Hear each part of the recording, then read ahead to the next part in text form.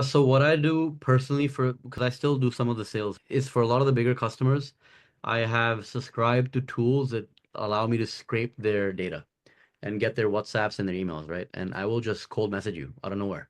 I'll try to find what connection I know, and this has worked 8 times out of 10.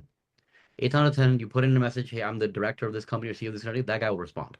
This, Now, the thing between Asia and US is I don't think this would work in the US because nobody has. of, In Asia, this works pretty well. Where it doesn't work well in Asia is I would say emails are not as effective here. So email marketing channels, which are very effective in the US, they yeah, tend not to work here. We've engaged with several folks that have set up like automated emails and things of that to capture leads and whatnot.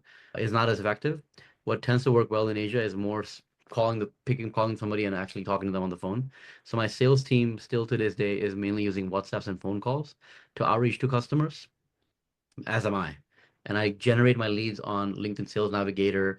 LinkedIn Sales Navigator is actually really good. So if you subscribe to that for I think it's like what, $50 a month or something. yeah, But price I think you should pay if you're expecting to get like B2B customers.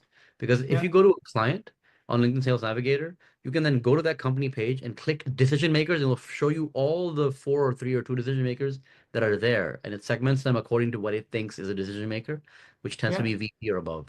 And then that'll give you who they are. Then there's another plugin that I pay for, which gives me their mobile phone numbers, which is available 90% of the time. So again, there's still 10% of the time where there's no phone numbers, in which case I'll just go the traditional route. I'll message this guy who I think he knows and say, hey, can you connect me to them? A warm intro goes 20 times farther than any cold outreach will. So if you can leverage your investor intros, that helps. I'll give you a tip.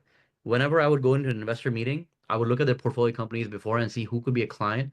And so I've actually gotten some big names by just texting investors saying, hey, look, I know we spoke, but can you please introduce me now? Because it's been like 3 months.